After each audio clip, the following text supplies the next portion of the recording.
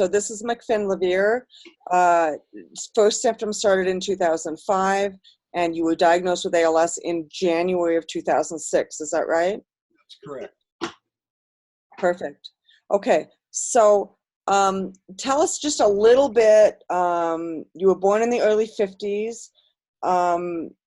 You moved to Hawaii when you were 18, and then you went to sort of a monastery type thing when you were 20? Well, first I was equipment manager for a rock and roll band, 1969 in Hawaii. And from there wasn't any place much to go to except into a monastery. So that's when I went into the Holy Order of Man's, trying to understand what's this world about. Okay, great. Okay, and then you were there and what did you learn while you were there, just really quickly? I learned that I'm a spiritual being having a physical experience, and that there are a zillion different religions, but there's only one spirituality. And that's, pardon me, and that's because we're all connected. So that's what I learned. I learned how to meditate. I learned how to be compassionate. I learned how to open up a halfway house for homeless people. And that's when the FBI came and arrested me when I was at the halfway house in San Francisco. And they said, you didn't show up for the draft. We need to send you back to St. Louis. That's when I was sent back to St. Louis, given 1 to 3 years in social services, joined the VISTA, worked at the Missouri State Mental Institution, and at the Inner City Mental Health Clinic. I served my time. I went back to the judge after 9 months and said, if you let me go today, I promise you I will serve mankind for the rest of my life. And pretty much that's what I've been up to. Okay, fantastic. Oops. Finn, you need to, oh shoot, I think I blew it. I'm sorry. Unmute all. Yeah, I just have to mute someone else. Allow participants. Okay, perfect. Okay. Finn, could you unmute your microphone? Because I muted everybody. You just have to unmute yourself. Got it. Beautiful. Thank you. Okay. So everybody should be muted except for me and Finn. Perfect. And nobody should hear any background noise. Thank you so much for the information on the background noise. So, okay. Anything else, just put it in the chat and we'll just kind of do it. Any questions you come up with, if all the participants could put them in Q&A, if you look at the bottom of your screen, there's a little Q&A thing. And if you think of questions, and you can save them till the end, but rather than, if you want to chat with each other, go to the chat, but if you actually physically want to ask a question, and we're going to, then just put it in the Q&A box. Okay, perfect. Okay, so Finn, let's continue the story now.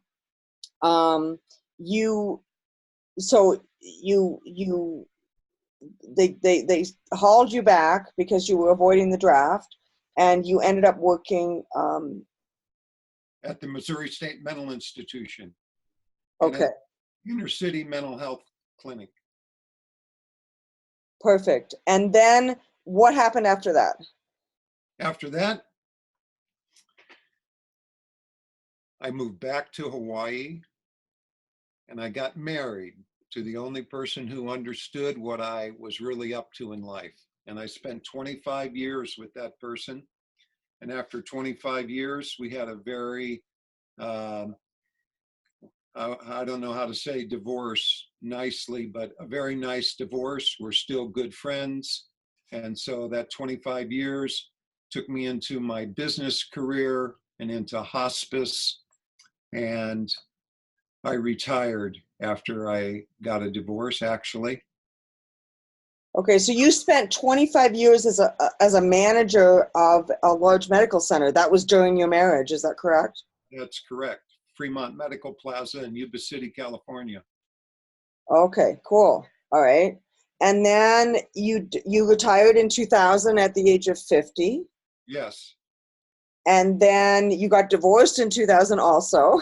Yes, I did. Okay. And then you were looking for a place to live, and through Mona's daughter, you actually started living in a trailer in her house in her yard? Actually, I went, I needed a place to stay. Mona was going to Burning Man, and she said, I have a house. My daughter's going to be there. She needs somebody to stay with her. You could stay at my little farm for the next week. So for that week, I cleaned her house inside and out, cleaned her windows, cleaned her gutters, cleaned everything. Packed up all my suitcases, had them on the porch ready to go. She came home. She looked around. She said, I got a trailer down in the woods. You could put your stuff down there. And now it's been 20 years. This week, that'll be 20 years. Wow, that's great. Okay, so then let's fast forward. You were retired. You were doing some part-time work, and then in 2004, you started researching this yurt company, and you spent like a year researching it. Finally, decided to buy the yurt, and then in 2005, I got the notice. I got the notice from them that they went bankrupt. A gentleman called me who owned the building and said, there's some parts in this building with your name on it. If you want to come here, you could finish building the rest of them, but you're going to have to put that yurt together yourself. So I went and finished building all the parts, brought it home, started to put it together, could not get the floor level. And that was the day that I told my helper, I said, I'm not coming to lunch today. And I went down in the woods and I just started crying. It was so stressful. Then I went inside and I told my wife, I said, Mona, we have to get carpenters to finish the yurt because it's driving me crazy. 30 days after that day, I started to lose the grip of my hands. And within another month or two, my legs started to wobble. And that's when I started seeking out medical help. Okay, so this was basically 9 months of stress because you had never dealt with a yurt. So what really brought this on was really from January until August, September, huge amount of stress. Right. In your life, like huge. Huge, enough to make me cry and to lose my grip. I mean, that's pretty powerful stress. If you just want to say that the stress did it. But it seems like the stress was the beginning of a, of a much deeper illness. Right. So the stress was a trigger. That's right. Okay. So now, so you lose, this is in September, you lose your grip, your legs start wobbling. Tell us what's next. Next, I decide that I need to see a neurologist, but he couldn't see me until the end of December. So I said, well, I have a vacation plan and I'm going to go to Mexico. So I went to Mexico in December, and as I was walking down the street, I fell down on the sidewalk. My friends picked me up. I could walk a little bit more. All of a sudden, I could walk no more. Anytime that we went anywhere, I had to crawl up the steps to get into a restaurant. Finally, they just put me in a wheelchair and brought me back to the States. And I basically never got out of the wheelchair again. Oh, hold it. I apologize. Scott, you just started screen sharing. Could you undo your screen share? Oh, are you showing? Oh, you are. You're showing pictures. Is that what you're doing? Okay, that's fine. So that would be great. I love the idea of getting some of the pictures. So Scott's going to try to get some pictures, which is a great idea. Okay, so while he's doing that, we're going to just kind of keep talking. And there you go. Okay, good. So, okay, then you're in Mexico, you're falling down. This is December. And then what happens? When do you see the neurologist? And then on January the 3rd, 2006, I went to see the neurologist. Okay. He examined me and told me on the 10th, I want to do a nerve conductivity test on you. I came back on the 10th. he put the nerve conductivity into me and said, I'm sorry, but I haven't seen anything progress this quickly. Your nerves are dead and they're dying, and there's nothing that can do to bring them back. I was devastated. I told my daughter when we left the office, I hope this gentleman is a liar, because this does not sound good. He sent me he said, you need a second opinion. So he sent me to UC San Francisco, where I saw Dr. Laser.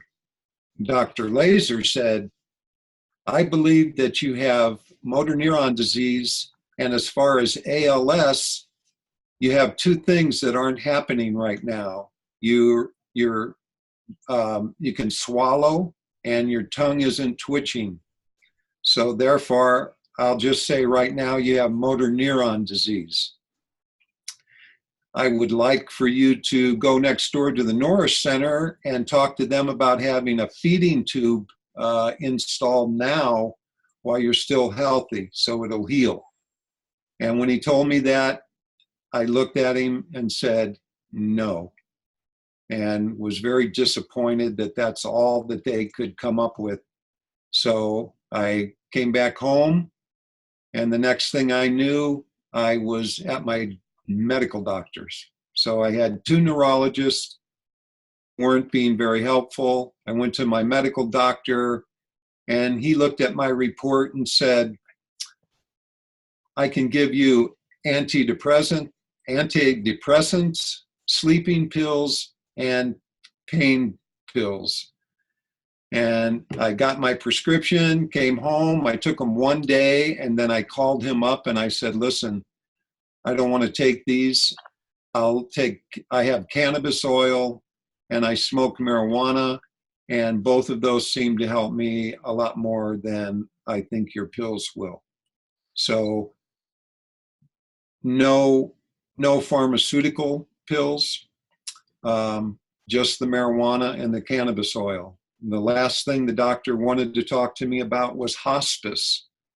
So you're going to die in a year and a half from the first neurologist. The second one said, you need to have a feeding tube put in right now. And my doctor said, let's talk about hospice. So at that point, I wanted to die. That was in February. It was around Valentine's Day. I remember Valentine's Day very clearly. I was left by myself that day. My wife came home in the early afternoon, and she brought me a strawberry dipped in chocolate. She brought me a cookie, and she brought me a new sheepskin for my wheelchair. And I looked at her and I said, Mona, I think I'm going to give up. I said, I really can't take this.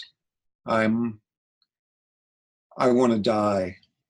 And that's when my sister informed me that she had a friend in Oregon.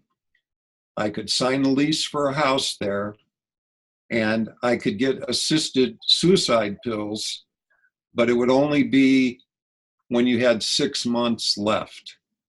So I thought, well, when I'm about 6 months left, I would rather die than have to go through the last 6 months of this. So I was completely lost. And that's when my friend called me up and said, you need to go to a naturopath. I said, a naturopath? I said, this is serious. I said, who's a naturopath? She said, listen, there's a naturopath in Grass Valley, Whitewater Naturopath. You got to go see them. And I just put it off, and I put it off. And finally I knew she was going to call me every day. So I knew that day she'd be calling me at 2. So I decided to call the naturopath. And what a nice gentleman. He talked to me for 20 minutes on the telephone. He made an appointment for me to come in and see him. And I can't tell you how grateful I am to Dr. Greg for everything that he did for me. So when I went in to see him, I brought my records, and he started to go through them. And that's when he came to the point where he said, oh, you had a lead test done. I see it was done with a blood. He said, blood will get current lead, but if it's, he said, lead is really stored in your fat and your bones. And to get a true reading, you should do a chelation test. So I did.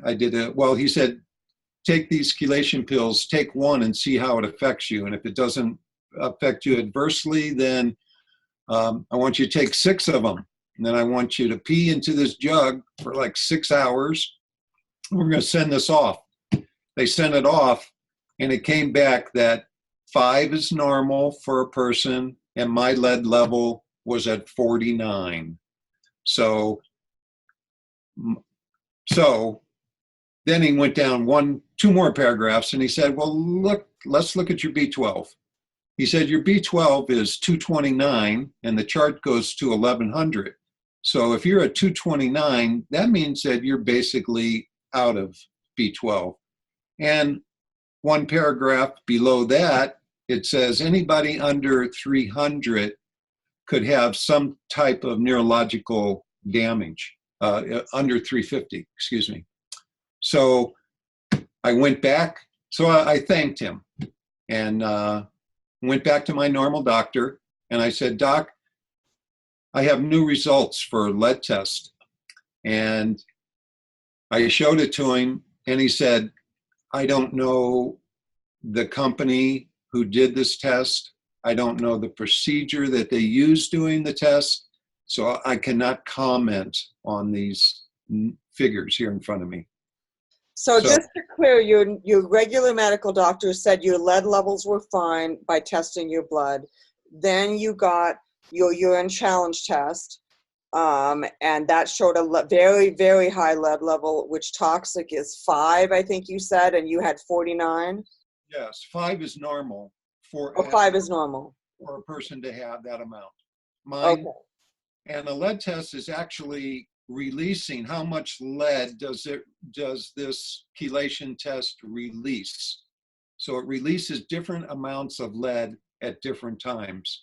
So I had 4 different chelation rounds, and my lead levels would go from 42, 49, 16, 37, and then I waited actually 5 years to take another lead test, and it was down at 15.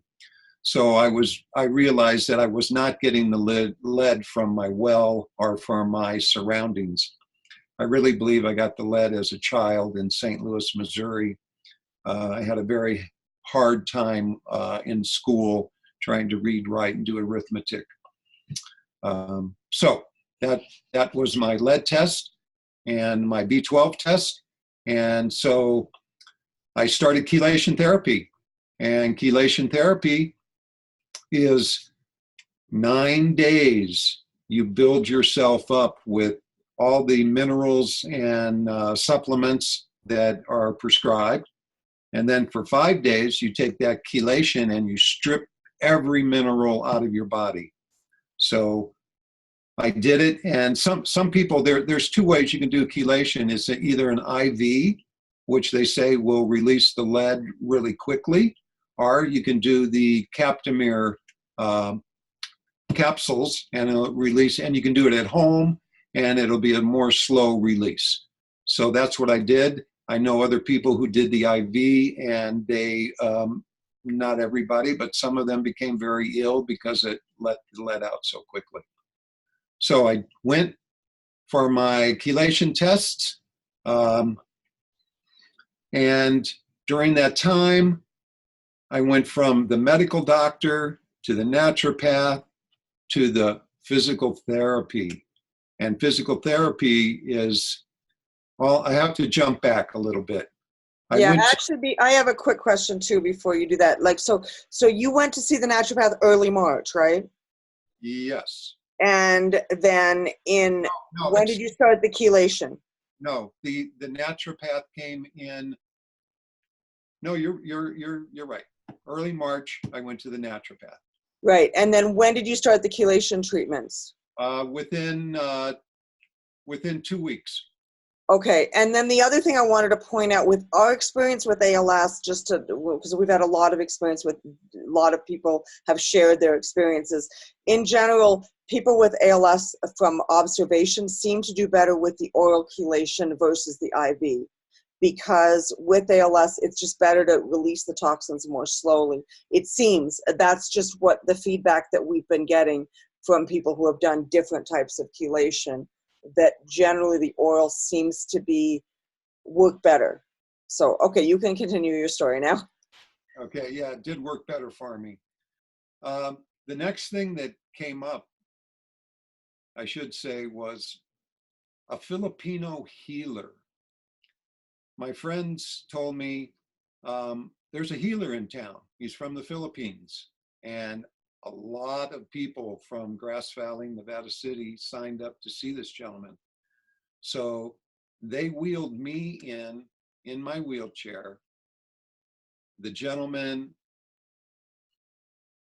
said, onto the table with you. He laid me down on this table. A couple people laid me down on the table. He put some oil on me. He made me say the Our Father with him really loud. And then he screamed at me to get off the table and walk. And sure enough, I got off that table. I walked into the waiting room where all those people were sitting. I turned around, walked back in, got in my wheelchair, and never got out of the wheelchair again. So what is that about? Somebody fired my nerves, because if my nerves were dead and dying, how could I get out of that chair and do that? I told the neurologist this, and he said, I've never heard of anything like that. Well, there's a lot of things that people have never heard about. We're on a planet spinning through outer space. People think that they know what's going on here. I think people's knowledge of really what's going on in this world and our possibilities is very limited. So mysterious things happen. People are cured sometimes instantly. I'm not sure, but all I can tell you is I got up and walked. I sat back down in my chair and definitely could not move again. So very mysterious situation, but it actually happened. So after that, I was actually inspired, because I had been very disappointed in all of my medical people who were going to try to help me, and was like, McFinn, I think you're going to have to do something for yourself, because all the doctors told me we can't help you. They got me to the point actually where I got so upset about the situation. My friends came to visit me, which they often do. And that particular day, I think there was about 4 people who came into my room, and I looked at them and I started yelling at them. I said, I don't want you ever to come back here again. I said, I am not going to put up with this illness. I am not going to take this. Just leave. And they looked at me a little strangely and backed out of the room and left. And that was the day that I said, I'm not going to take this anymore. Because before that, it was, well, 350,000 people die a day. So it's not, nobody's picking on me. This is natural. And I went along with it. Well, I went along with it until I didn't go along with it anymore. In 1972, I learned that I was a spiritual being having a physical experience. I believed those statements, but I did not live those statements. And now it was time to actually live my belief. So I wanted out of this illness. And the very next day, I had an appointment at physical therapy. And I went to physical therapy, And they got me out of the chair, got me onto this big mat, and I just started squirming. And just because I was told before, you have to do something to wake up your nerves. I had a cranial sacral treatment weekly. And that lady, she had me down on the floor. She said, I don't care if you can only just move an inch, you got to move it. And so that was my start of the determination that I'm gonna beat this. Because before it was like, okay, you have me. Dying is not really, well, it's pretty mysterious, but I spent 18 years in hospice. So I saw a lot of people pass from this world. I spent 3 years in the monastery trying to figure out what spirituality was about. And I thought I had a handle on it. So between spirituality and hospice, I was getting a pretty good look at the possibilities of what happens when you die. And I have a good feeling about dying. It's like dying is part of living. And I would like to stay here as long as I can, for sure. But I think the adventure continues after we live here, after we leave here. But there's one thing that I came to in my life, and that was, you might just go to where you're at. So where are you in your life? Well, my life was believing, but it wasn't so much acting on those beliefs. And now it was time to actually act on my beliefs. And that's when I just took my illness into my own hands, said, I'm responsible for this. I'm responsible for getting myself out of this. And inch by inch, with a lot of other people helping me, like the Ayurvedic people who came and laid me out, put their oil on me, 2 ladies at once giving me my massages. Deborah, who came every week to give me my massage.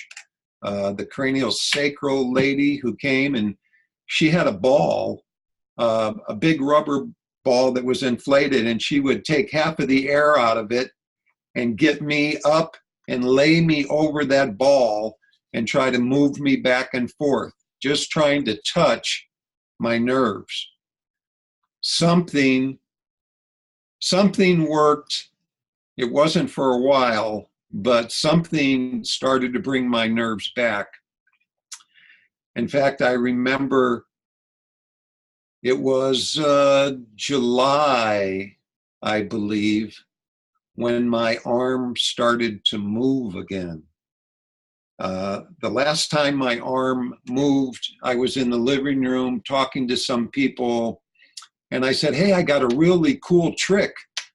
I can make my arm move. And I would sit there and concentrate, and I could like make my arm flick a tiny bit. And it was my trick.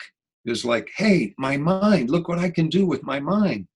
And so your mind, you really willed you to, like, you weren't able to move your arm. No. And suddenly you just, how did you focus on that? Okay. I couldn't move my arm.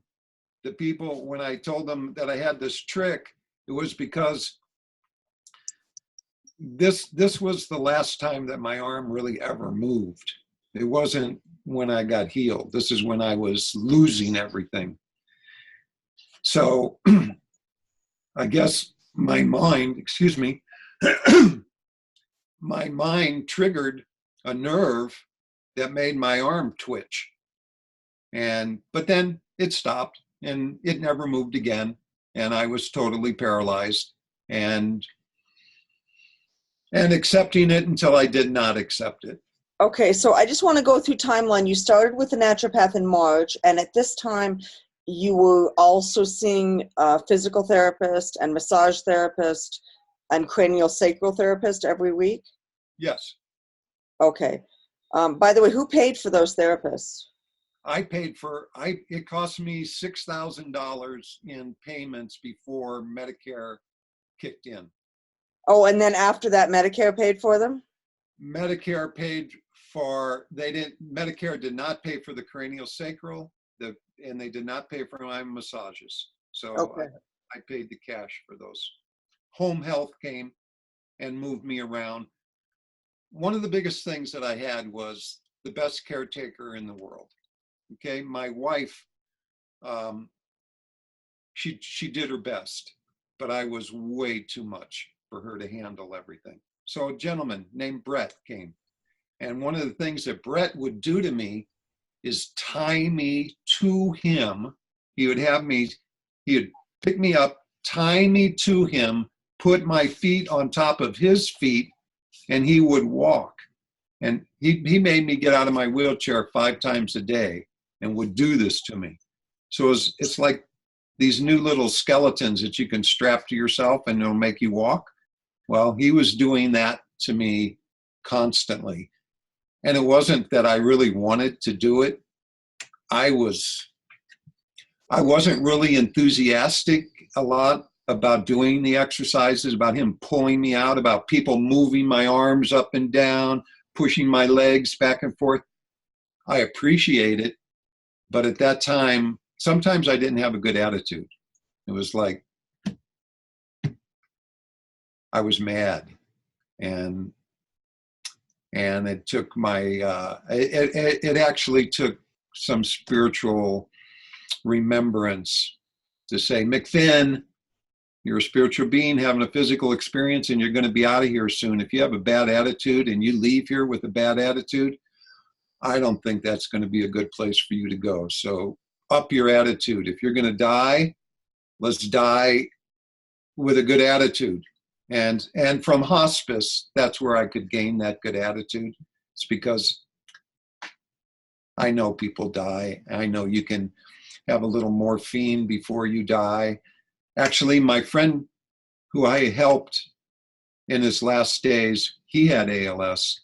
And right before he died, the doctor said, we want to give you a morphine shot so you could breathe easier. He said, he wrote, scribble, no, I want to die clean. And so anyway, he died a couple hours later without any morphine. So I'm not sure of anything, actually. I don't know anything. I only know what I experience, and I know the stories that I make up for myself, like spirituality. I've made up a story. I got a really good story. But then when I was in my wheelchair and polishing the door to the exit, I have to admit that I got really scared. And thank God I had a friend who brought me a book. And that book was Between Death and Life. And that book had past life regressions, things of that nature. Talked about people who had gone to the other side and come back. That book helped me so much. I would have it would just be open to a page, any page, and there'd be a weight on it. And I could pull my wheelchair over there anytime and look and read a little something. And that book actually inspired me to fight. So what was the author of that book? Barbara Cannon. Okay. And it just showed me that possibly there's much more to life than we see. And do you want to be interested in it? Here's some literature to read.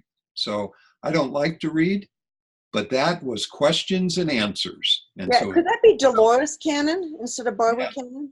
Yes, it is. It's Dolores. That's what I thought. Okay, good. Okay. Thank you. Okay. So I'm just trying to get timeline again. You started with the naturopath in March. When did you hit the healer? When did you see the healer? The energy healer from Philippines?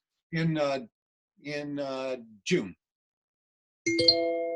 Oh, in June. And that kind of triggered your Aha moment.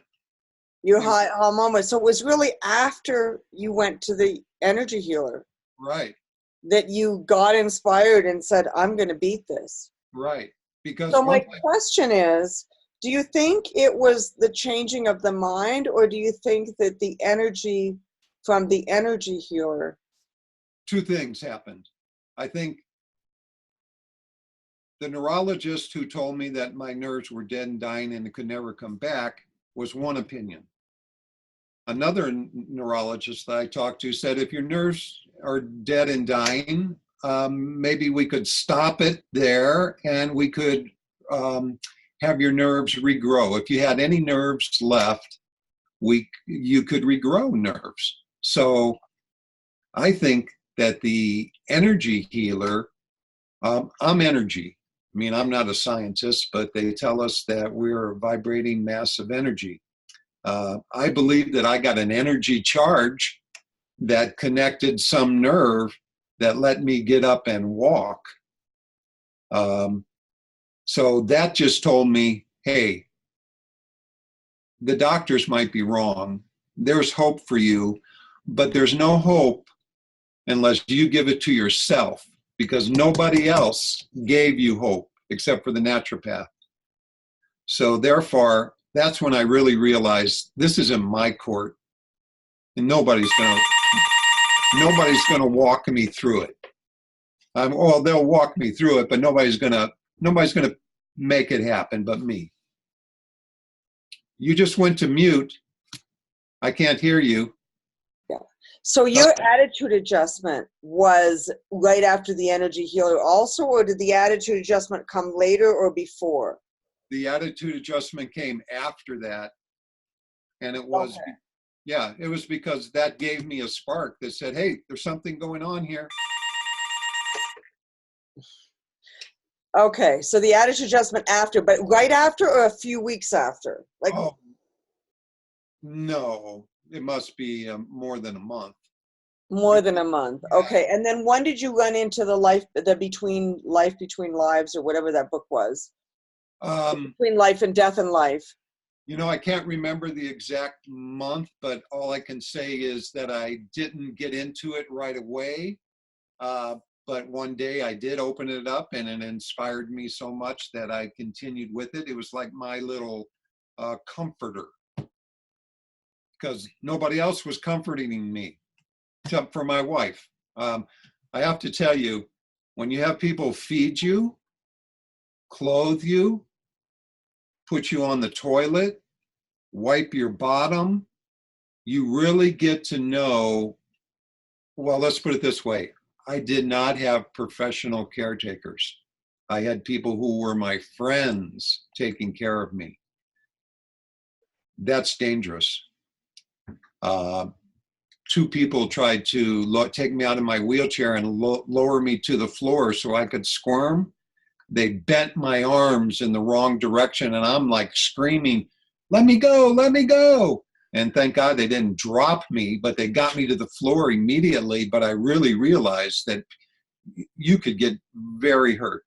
So my wife, she needed those caretakers. I was glad I had two. The first caretaker came, was great. It was time for him to go. Second caretaker came, he was great till it was his time to go. By the time he left, I was doing a lot better. So I have to say, my wife went out and bought a stack of washcloths, and she put warm water. She made those warm washcloths warm, and she wiped my bottom with a warm washcloth, where other people were afraid to wipe my bottom. They were like, oh, I don't want to wipe your bottom.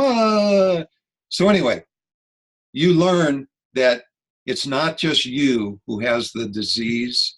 Your whole family has ALS, because they have to deal with me, my emotions, my happiness, all of my needs.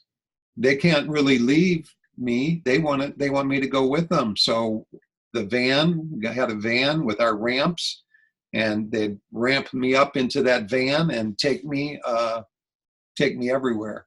So I have to say, I had a community of people. There's a community center in our little town. They built a ramp just for me to be able to get in, because they had weekly meals there that we all shared a meal. And it was really hard to get me into the building. They built a ramp for McFinn. So That's amazing. That's yeah. amazing. Wow. So, okay, so you've got this. So I have another question about this. They started mid-March. We started the chelation therapy, the oral chelation therapy. You started these rounds. What was the effect before you went to the energy healer? Did the chelation work, or were you continuing to get worse? I was continuing to get worse. The chelation did not heal me. It helped because there's all, ALS, they don't know exactly what exactly it is. So there's a whole bunch of things that brought me to that diagnosis. So ask me again, where are we at? What I wanted to ask you is, okay, so the chelation, you got worse and worse and worse and worse until that, I think you said it was June 2nd or June 6th. What was the date? Yep. It was the beginning of June. It was the beginning of June that tipped the that tipped the scales. The chelation, I don't think that the chelation was the main factor. I think chelation was a main factor in my education, but as far as physically, I was a very fit person. So for me to go down to 142 pounds of mush, that was beyond. And how tall are you? I'm 5'11". Okay. And Okay, I usually weigh about I used to weigh 196 pounds till I became a vegan. And being a vegan, I went to 165 pounds. So what are you now? I'm 163 pounds. Okay. Okay. So, but 142 was a little too thin even for you. Yeah. Okay. All right. So you think that it was that, so I guess that's the question. The chelation wasn't working, but somehow at the beginning of June, did it suddenly start working? Well, I could not tell the difference with chelation. I couldn't tell that I was getting better or I was getting worse because I had so much lead inside of me. I mean, the first test was 47. The next test was 37. Then it went to 16. Then it went to 49. So, and the very last chelation test that I took, it had 37. And then 5 years later, it was down to 15. So I still have, 5 is normal. I still have 15. So I'm 3 times normal. I believe that the chelation was part, but it wasn't it wasn't the key. The key is mysterious, and so all I can go by is the facts about what happened, and that how one day it started to release me.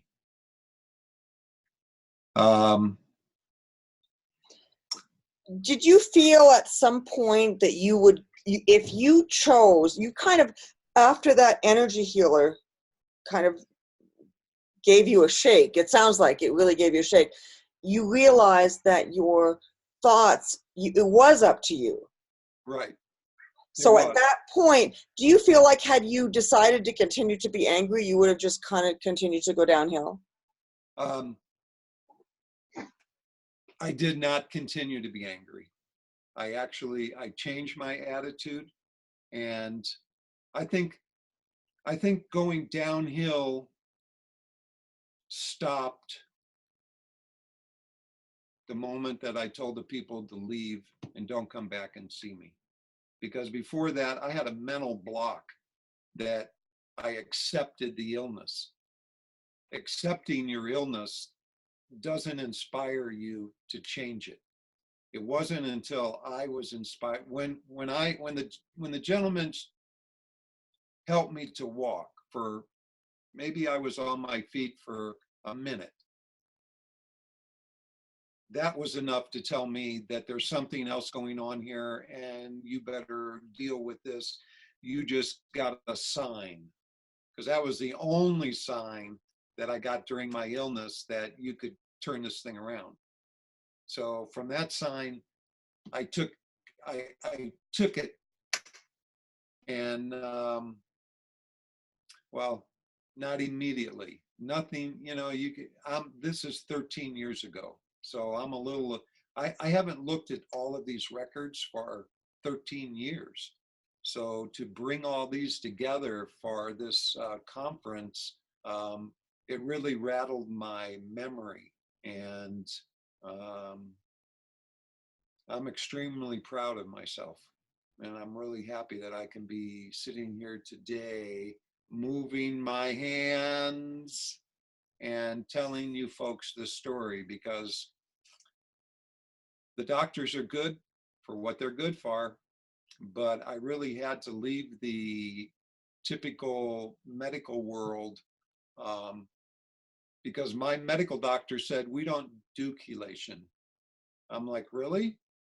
They said, no, not unless you're at 45. And I'm like, okay, well, I'm doing chelation. And so, but you were at 59, so I'm surprised that they do. The regular medical doctors will do it above 45 then. right. Yeah. Interesting. Yeah. Interesting. So they would have done it, but you decided to go with the naturopath, which frankly, I would do also. Definitely. Well, the naturopath has a different take on medicine, because they're about your vitamins, your food intake, your mental health, a lot of these things that the doctors kind of mention to you, but they don't go in and say, okay, let's get you on a vitamin. It's like I was a vegan, but I was a very poor vegan. Only vegan to me meant I'm not going to eat cheese or eggs or milk or meat. I'll eat anything else. Well, I didn't know what a whole protein was. I didn't know that you had to mix lentils and rice to get a whole protein.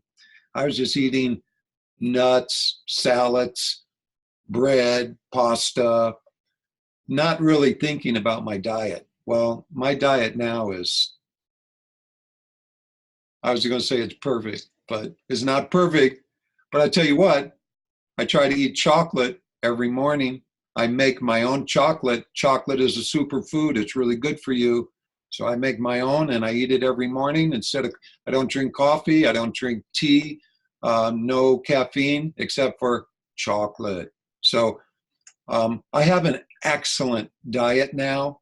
I am totally propelled in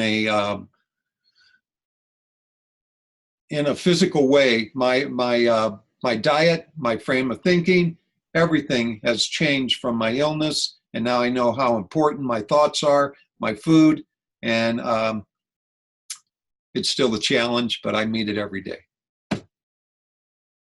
That's great. That's great. By the way, do you eat grains? Yes, I do. My wife just made a beautiful seed bread. No flour in the bread at all, just seeds and nuts. And I eat that with avocado on top of it for lunch. And I eat fruit salad for breakfast every morning. I eat lettuce and a salad for lunch. I'll eat steamed grains like quinoa last night, quinoa. Anyway, life is simple, but you got to figure it out. It's not really that simple. It's only simple when you think it is.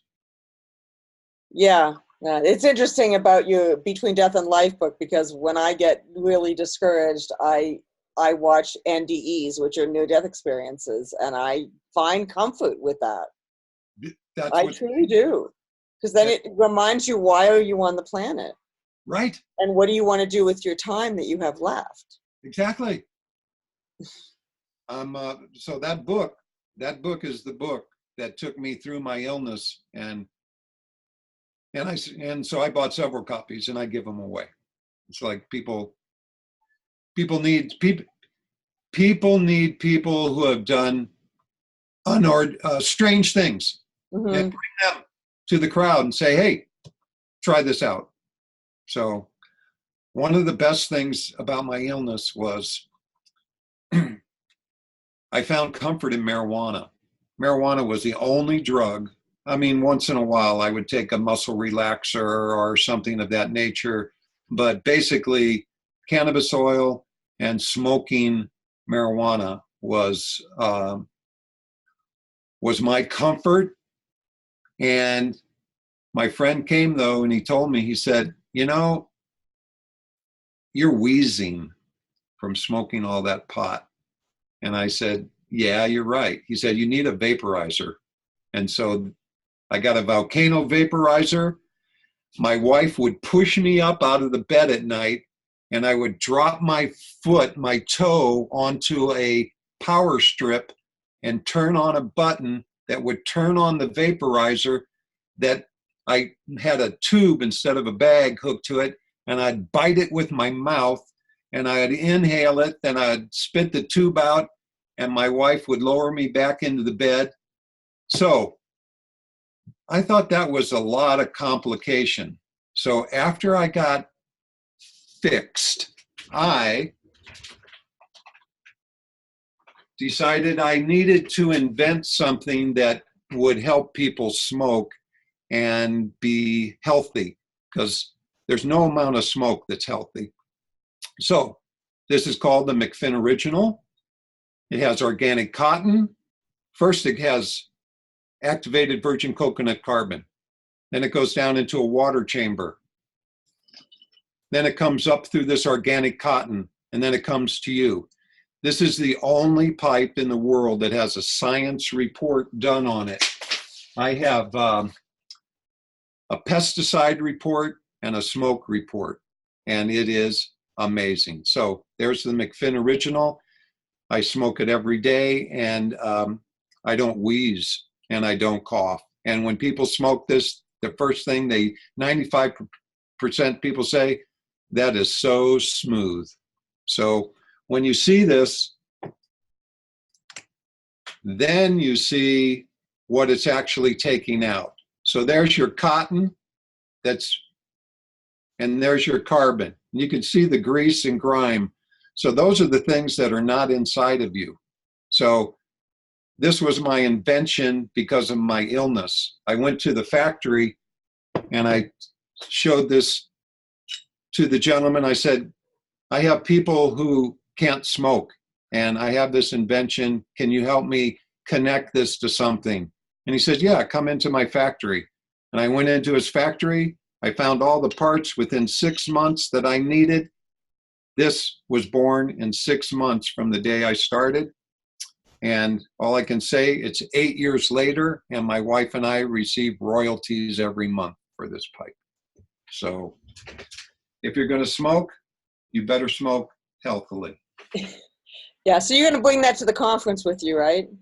I sure can. That'd be great. That would be terrific. So fantastic. I want to, let me see, cannabis, I want to make sure we didn't miss anything, and I'd like to open it up for questions. So actually a couple questions, and if we think of anything we missed. So the first question is, when you started seeing the naturopath, did you avoid any specific foods other than caffeine? No, when I saw him, my diet was the vegan diet, and no, all I can say is I had a vegan diet and it was excellent. Right, and so once you started with the naturopath is when you changed your crummy diet to a good diet. Well, When did you change that? I actually changed it probably with him. Um, that's when I noticed that I had to pull out everything, every stop that I could to help myself. And so actually my wife is a very educated person in food, and she's the one who started directing me to whole proteins, and that kind of food. So it was a loose vegan diet before I was ill. It was a more complete healthy vegan diet afterwards. So my question is, after the naturopath, but before the energy healer, did you change your diet? And some then, but not as much. And then after that, you kind of brought it up a notch? I can't tell you exactly how that happened because I can't remember the sequence of that. Only knowing that a more healthy diet, since I was ill and trying to get better, that I better make sure everything that I put in my mouth was helping me. That's all I can say about that. Okay. Do you cheat once in a while? I definitely cheat. If I can't taste the butter or the white sugar in a cookie, I might have a bite. But basically, that's all. I really take it serious. Anything that I put into my mouth, it better be good for me. And there's so many good things out there. Macadamia nut burgers. What more can you ask for? Fantastic. Great. Okay. I'm going to look and see if we have any more questions. Okay. Type answer. Okay. So, so any other specific foods that you avoid other than caffeine? And obviously you're not eating meat or dairy except for once in a while. Is that right? Right. I don't eat any meat. I only eat dairy if it's hidden deeply, because the taste of milk is I don't like the taste of ice cream. Luckily, those things, eggs, Yeah. So so anyway, I have a very special, simple diet, really simple. Basically, Okay. Scott was going to look for some pictures for you, so maybe he can. I'm hoping he can find them. So okay, but other than that, if anyone else wants to ask questions, just type in the Q&A box and ask questions. That would be good. And so let me see what else. I have a couple more questions. To me, it's the real question that I have is you really, what other thing changed after this revelation at the beginning of June of 2006, which actually reversed your, oh, this is McFinn. That's great. Scott's got the screen share. Now, can everybody see the screen share? If you could type in the chat, let me know that you can see these pictures. Okay. So this is McFinn today. He can pretty much do everything. This is him before, and at one point you were down to 2 fingers of movement, you said. right, 2 fingers. Tell us about the Lazy Susan. Oh, the Lazy Susan. I'd have to lay my face on the side of the table and kind of spin it with my nose. And I could only eat off the side of it. It was a good idea, but it wasn't practical. I really had to rely on people to feed me, and I try anything to be independent. And the Lazy Susan I thought was a great idea. I did it a little bit, but it was a little messy. Yeah, I would imagine. So let's see, what else? So how long did it take before you felt you were improving?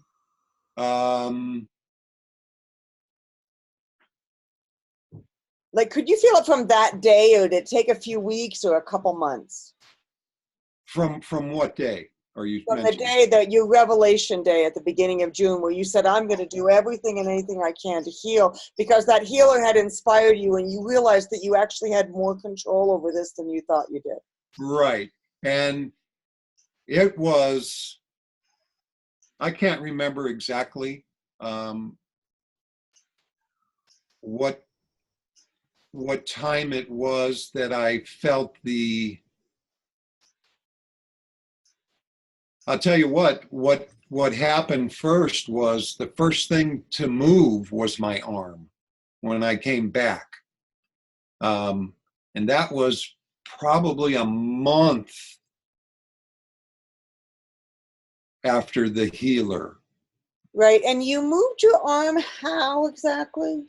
I had a really interesting wheelchair where my friend built me an extra arm that was like 12 inches above the normal arm. And I could have so it'd fit under my arm.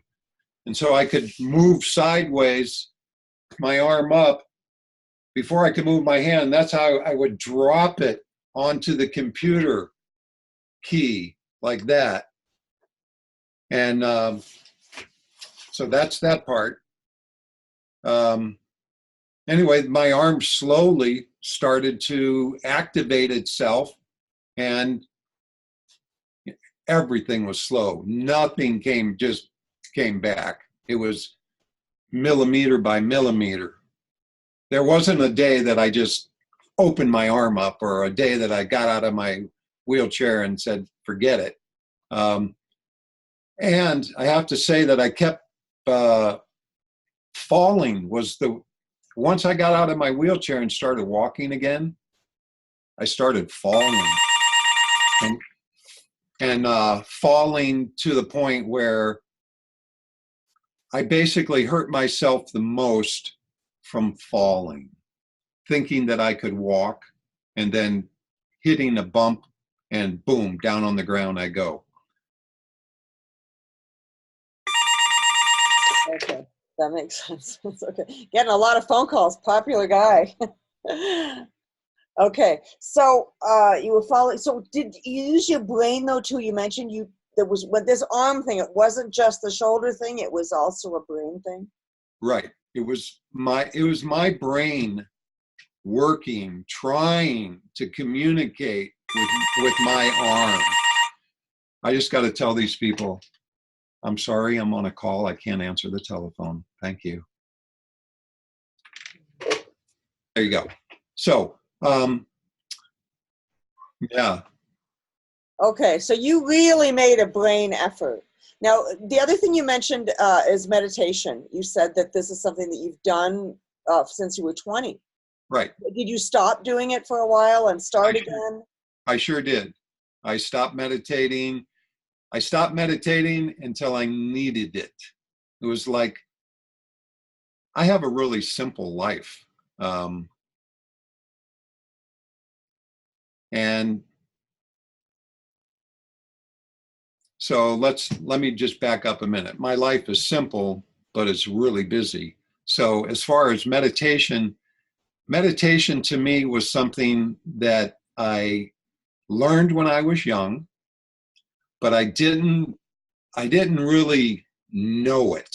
I didn't live it. I didn't live it until something went wrong. And that was when I got ill in my wheelchair, that I started living my spiritual beliefs. Before I believed them, but I didn't walk out on them. I didn't use them. I actually had a story from going in the monastery. You learn about reincarnation. You learn about multi-dimensions. You learn about all these possibilities.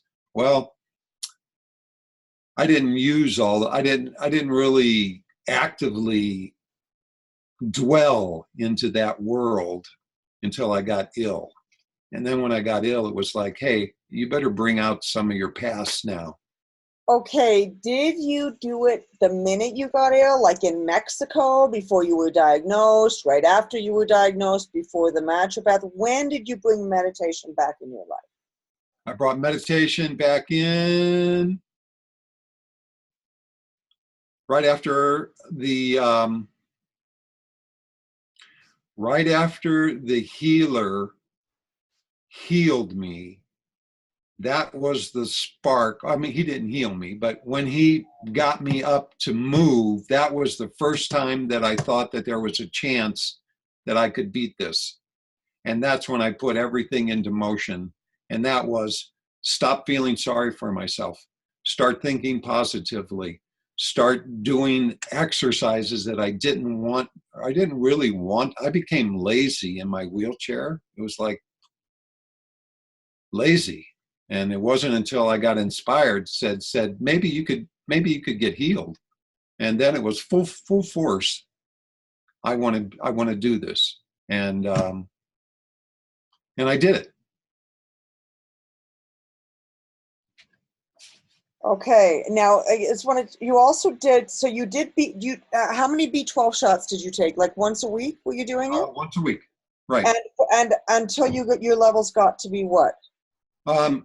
Actually, I had my friend come, he gave me a B12 shot every week. My B12, after that, we didn't realize that my vegan diet had consumed all my B12. So it wasn't until 3 years ago that I went into the doctor and they said, hey, your B12 is so low. And so I started taking, so right now I get a B12 shot every 30 days. I get a testosterone shot every 2 weeks. And the testosterone is really helpful for my muscle, my activities. So those are so my B12 now I run out of B12. I run out of testosterone. So every month now I go to the doctor and I get those shots. And are you taking supplements right now? Only D3. So no antioxidants or No. Minerals or magnesium? Well, fluic acid, folic acid. Yeah. No, I know fulvic acid. Yes, folic acid. Yeah, I take that every day into my water. Okay. Now, before the beginning of June, you started giving away your belongings, even though you were doing the B12 shots and you were doing the cannabis, and you said you were also taking a laxative also, right? Just to help you move things. Because from a wheelchair, since you're not exercising, a lot of times that's an issue, right? Right. The marijuana was a great laxative. Perfect. Oh, okay. So that worked. So you didn't take another laxative. You used the marijuana as a laxative. Yes, I did. Perfect.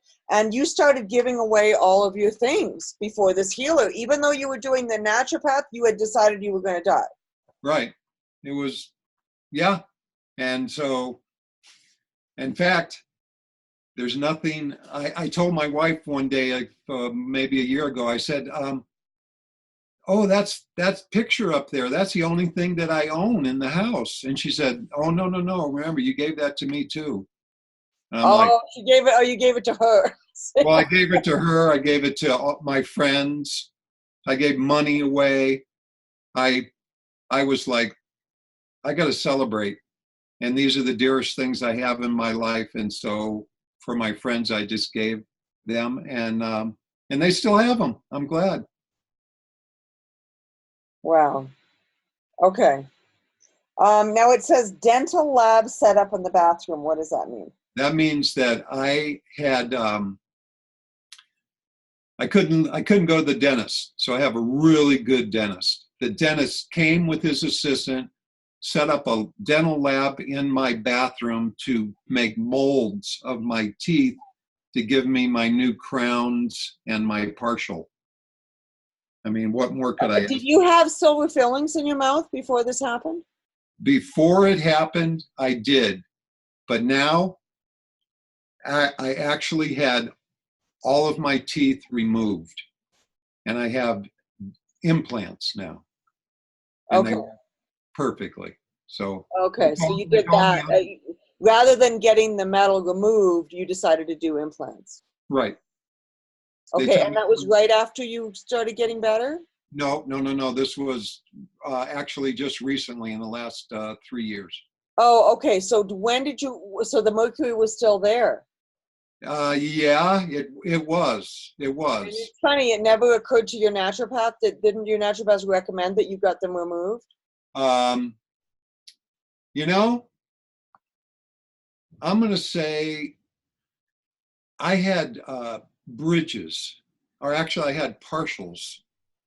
So I'm not sure if I still had any mercury left in my mouth. We're going to ask them at the conference. I will Yeah. ask them. That's a good question because I'm sure that they have their records. What I find interesting is a lot of functional medical doctors and naturopaths, sometimes they're talking about so many other things they actually forget, or they'll mention it once and never mention it again. Um, the potential importance of removing the one of the causes, which is mercury fillings. They're all silver fillings are 50% mercury, and people don't realize that that is contributing to the problem. And especially with you with lead, mercury plus lead, 1 + 1 is not 2. 1 + 1 is like 50, and some people say 1 + 1 is 50,000 when you're mixing both mercury and lead toxicity. So it's interesting, but it's interesting you were able to heal without it, which I think is really interesting also. Yes. So, okay, I'm going to read you a question that we have from the Q&A. Do you think that past experiences had anything to do with the thought process of death? Because you were working around death so much with hospice? And did you have to dig into your past mentally and emotionally in order to heal? So let's take the first half of that question. Do you think your experiences with death in hospice had anything to do possibly with your diagnosis or your feelings after diagnosis? Um, sure, the hospice experience made me feel like I wasn't being singled out with this illness. Actually, it's the one thing that helped me, maybe it was a detriment, that I accepted the illness because I had been around so many people who had died. I thought that's a natural thing. You just, people die. And so I gave over to that until I didn't. Okay, second part. Second part is, did you have to dig into your past mentally and emotionally in order to heal? I sure did. I had a horrendous past. Because of the lead poisoning, I failed every grade in grade school. My sister was a nun, so they sent me to summer school every year. They didn't want to embarrass my family. So they sent me on. First year in high school, second report card, they took all of the students to the cafeteria and they read the report cards out in order. Out of 200 people, they called me last. It freaked me out so bad that I left the cafeteria, went upstairs in the bathroom, looked in the mirror, opened my mouth to scream, and no sound came out. And I just opened the bathroom door, looked, nobody was in the hallway, and I just left school. From then on, that's why I moved to Hawaii. I was on my way to Australia. When I was 18 years old, I went to the draft board and I said, I'm on my way to Australia. I'll send you my forwarding address.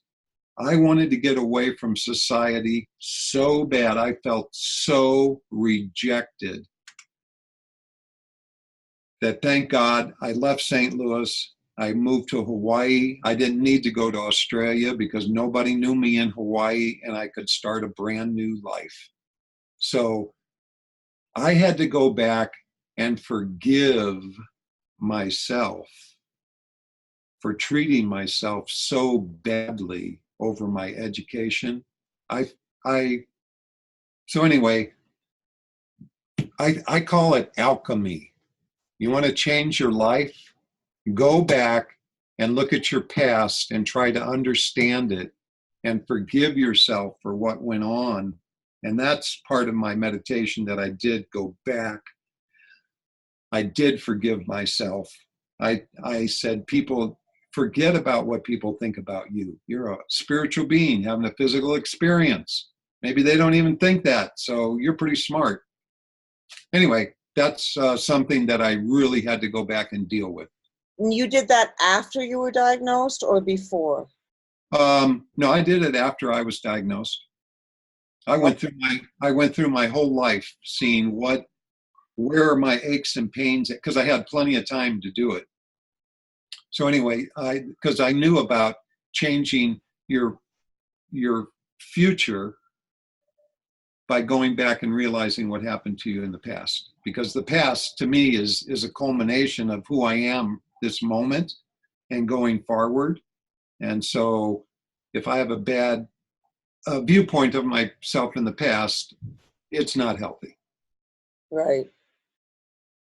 That's a big thing. Forgive. Did you have any? Now you said you had to forgive yourself for treating you so badly. Did you have to forgive other people also? Yeah, I had to forgive that priest who made a joke at me walking up there, making a joke of me. I had to forgive that guy. All this thing about being abused by priests and things like this. I was never sexually abused, but I was mentally abused big time. Yeah. So you attended a Catholic school or a public school? A Catholic school. Okay. Yeah, my family lived across the street. My mother was the head of the altar society. I have to tell you that there was a miracle in my family's life. So there are miracles that happen. My sister had polio. She was 5 years old. She was in an iron lung. The doctors said that she was going to die by tomorrow. Told my mother to go home. There was nothing more they could do for her. My mother went home and prayed to St. Jude. And the very next day, my sister started getting better, and the doctors were totally frustrated. They could not figure it out. So there's more to life than is obvious. And it's people who just put their blinders on and believe what they're told. I don't know how we can, we have to, anyway, life is an adventure. Okay. So this is, we have another question. When you could not finish the yurt, did this experience trigger the same emotions as failing at school? Yeah, it sure did, because I was crying about both of them. Mm-hmm. So I have a lot of failures. I mean, I don't, well, I'm just going to tell you how funny it is. I grew up and I thought, you're only a failure because they told you so. But look at your life. You're not a failure. Mm-hmm. Just because people have a big education and they know all this facts. Well, I know how to drive a tractor and I know a lot of things. So I'm pretty good. And I'm proud of myself now.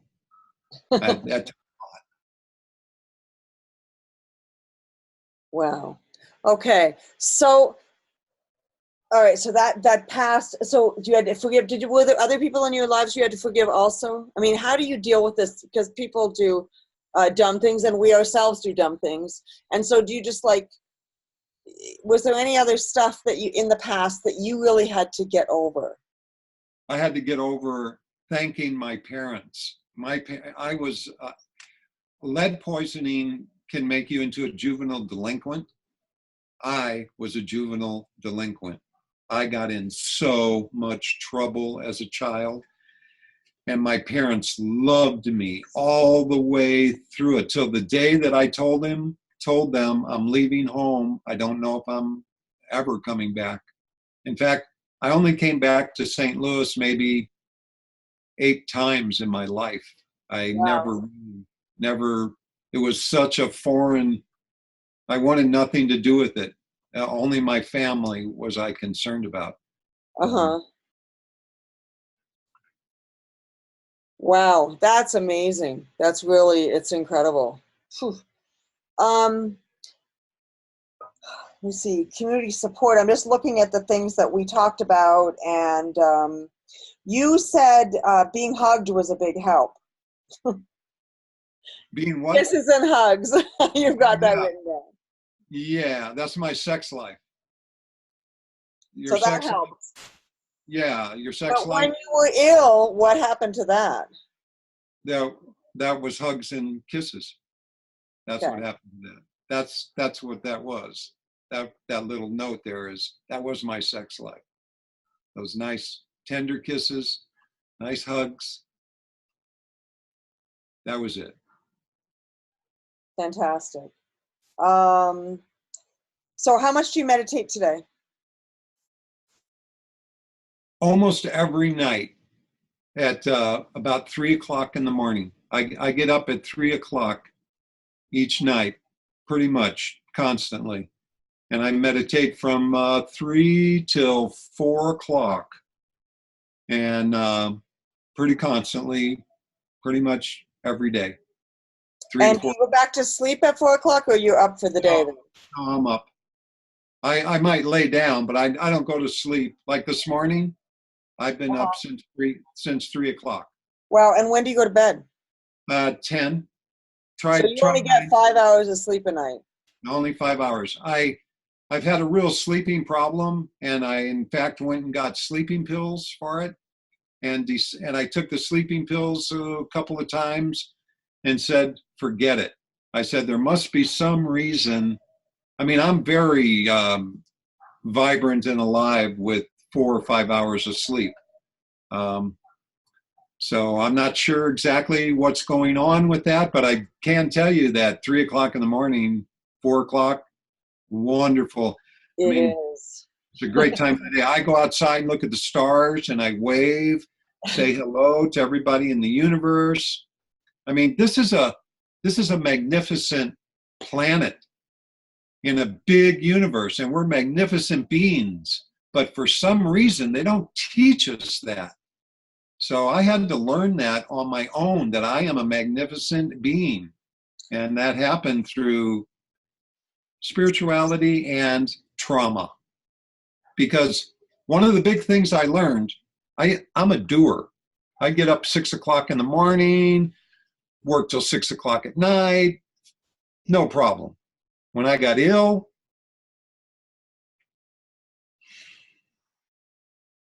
I found out that being a doer is not the best thing just to be.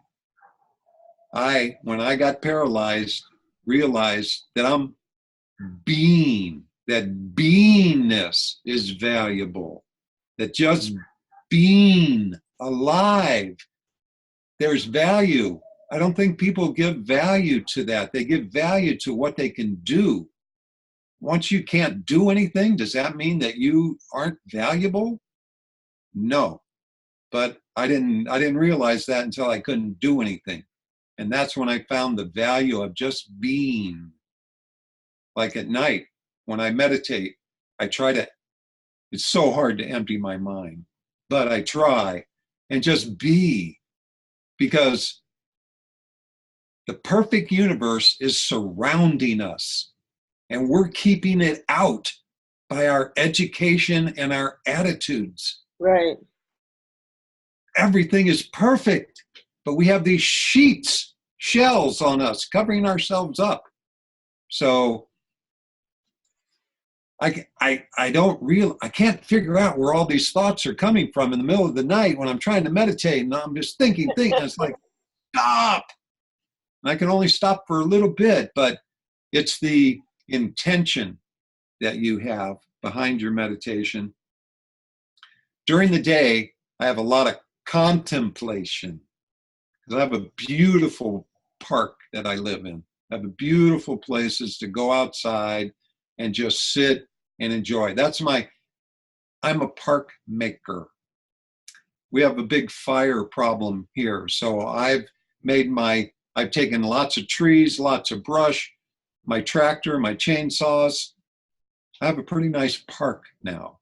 So I love to just go outside and be a tree or a Wow. bush. I like to go outside and take my shoes off and put my feet in the dirt and stand there on the big battery called planet Earth. I think I had people come to dinner one night and I said, hey, what if we were 1,000 years ahead, what would we be talking about at dinner tonight? So even though we're not 1,000 years ahead, we can think 1,000 years ahead. Just know that this is a pretty low level of thinking that we normally spend our day with. One of the greatest things that I've done, I use my wife as an example of a divine being. So when I greet my wife, I say, oh, your essence is just beaming so nice today. Oh, you're light and love. I just practice this on my wife and she just glows. She just puts the big So smile. we should all be doing that with our family members that we're close to, or if whoever our caregiver is, whether it's a spouse or someone else, we should all be practicing them as divine beings, looking at them as divine beings. That's right. And we should be petting ourselves, saying, good arm, thank you so much. Hey, good leg, thank you. Life, there's a total re-education that could happen for everybody that could change everybody's attitudes. But it's almost a treasure hunt here in this world. And the treasures are everywhere if we're looking for them. But we sometimes just think that the world is eating, drinking, going to work, and doing it over again till you retire and then you die. No, this is a marvelous little planet. Do you And have a sense of purpose? Did that purpose come right after before you were diagnosed and after you were diagnosed? Did that sense of purpose change? No, I've had a sense of purpose ever since I was 20 years old. Once I went into the Holy Order of Mans and started studying spirituality and multi-dimensions and all of these things that I was exposed to, I knew that my life was here for a purpose to help other people, because I had lacked that educational education, but I had a spiritual education. And once I got that spiritual education, I knew that when I went to the judge and said, if you let me go today, I will serve mankind for the rest of my life, I've done it. Because basically, I have all my needs are met. I have a beautiful home. Everything is paid for. I have time to give. So there's nothing better than helping. Don't do it for them, but help them to do it. So, right. So do you feel like you were living your purpose during the 25 years that you were working in hospice care? yeah. Do you feel like that was part of your purpose? Definitely. Because at 20 years old, once you learn about your spirituality, you know that you're here to serve and to love and to be helpful. And if you do that, I didn't have a big education, but I had a big spiritual revelation. And that has propelled me. I'm totally excited about life every day because I believe that I'm a spiritual being having a physical experience, and all this other stuff, all that college and all that high school and all that grade school, all that stuff that I didn't participate in. Well, good. I had a different path to take. My path is shining for people. Right. And do you feel like that's what you've been doing the last 10 years since 13 years? Do you feel like you've been shining for people? I've been shining for people. People, this is not an ego trip. People come up to me and they say, McFinn, you're glowing. People come up to me and say, McFinn, you look 10 years younger. What are you up to? Well, yeah, I do. I pump myself. I feel like I have a little dial that I can turn my vibes up or turn them Uh-huh. down, up to me. Yeah. And I'm excited. I think, I think this is an amazing planet.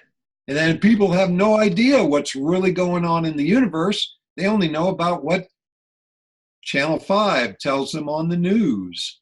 Well, I can't I can't guarantee anything, but I've come up with a story that makes me feel fabulous, like I am a spiritual being. Wow, that's amazing. Okay, so I'm actually gonna. I think we're gonna go because I think this is amazing. Actually, why don't you tell me your mantra? Ah, everybody should have a mantra. And the reason I used my mantra and the reason that I got it for myself was because all these strange thoughts come into my mind. Where did that come from? So my mantra is peace on earth. And every time that I think something negatively or I get into some situation that I'm not comfortable with, I just say peace on earth. And it breaks the moment and it gives me a choice. Am I going to go back to that or am I going to stay with peace on earth? Yeah. And I use peace on earth constantly. Wow. So you're kind of in a state of gratitude. You said you meditate between 3 and 4:30 in the morning, but you're also sort of in and out of, you said you called it contemplation, but you, in a way you can call it meditation during the day because you stop and you're grateful, or you stop and you say peace on earth, or you stop and appreciate. So you kind of throughout the day, you're having these little periods where, hey, you stop what you're doing and appreciate. I do. And the one big reason for that is this is my story. Okay. This is what I tell my wife. Honey, when I die, I'm going to go to where I'm at. So where I'm at better be a really good place. So that's why I make every day amazing, because I have to see it that way. If I don't, because if I really believe that I'm going to go see, I think that we're all vibrational frequencies and that there's not a judge that's going to judge that you were bad or good. There's a frequency that you're going to vibrate to when you leave this world, and that's Right. where you're going to go. So I want my vibe to be extremely comforting. Okay. Now, there was something else before we take up. There were a couple things. You were a yes person. You said because of last concerts. Now, this is an issue with ALS. One of the typical traits of ALS is one of them is an inability to say no. They don't want to make whatever, for whatever reason. And did you have that inability to say no before? I sure did, and my dad pointed it out to me. He came to visit me one time, and we were driving home one night, and he says, "You know, you're a yes person to everybody. Why do you do that?"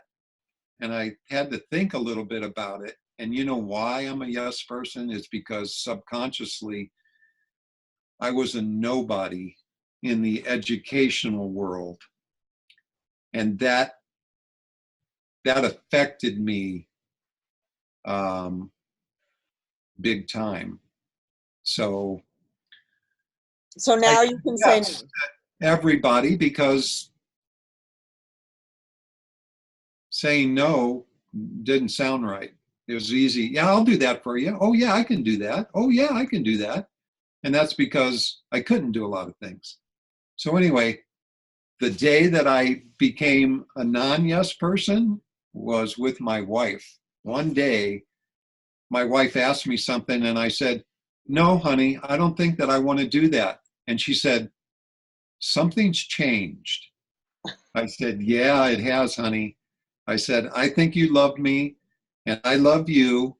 And I've been saying yes to you all these years because I wanted to do what you wanted to do and I wanted to get to know you. And I think I know you now and I think you love me and I Yeah. don't have to say yes to you anymore. So if you want to go on vacation, fine, you go, take your girlfriends and have a great time." And was that in after June or before? Like, when did that happen? That day that you just learned how to say no to your wife? Do you remember when that was? That happened. That happened recently. I'd say about 5 years ago. That happened. Wow. So you healed your symptoms. You said you had 2 healings, one physical and one spiritual. So you're actually still healing, but you actually healed your symptoms before you learned how to say no. Oh yeah. Interesting. But you figured that out, which is really cool. Okay. Anything you want to add before we get off here? Well, something that I mentioned a little while ago, and that was that your whole family has your illness. So people have to realize that caretakers are super important. And if it's just your wife, I think that's, here's an example. So I'm laying in bed and I have to pee, and I really got to pee, and nobody's around. And so I start screaming for somebody, and my wife comes around. She's got a towel wrapped around her head, and she says, "Can't I even take a shower?" I said, "No." I said, "I'm not going to pee in this bed." So that's happened. That happened a few times with me where I didn't want to have a catheter or anything uncomfortable. People leaving me alone, thinking that I'm asleep. One time they left and they thought I was asleep and they could go. And man, I was like screaming. Anyway, I've had my emotional up and downs. Okay. The other thing you said, which is you said you may not be able to change your illness, but you can change your attitude towards it. That's the key to my salvation right there, because my attitude towards my illness was, oh, I got ALS. Oh, I'm going to die. Oh, well, people die. Nobody's choosing me. I guess it's just going to happen. That's how come people die, because they just give up and they die. Me, I got to the point where I said, hell no. There's a couple of things that I haven't reversed. And one of them is, if you get me mad, I start shaking. If I can lose my balance. My balance and my emotional state are 2 things that didn't totally repair. About 3 weeks ago, I was on a hike with my hiking buddies, and I walked across this log, no problem.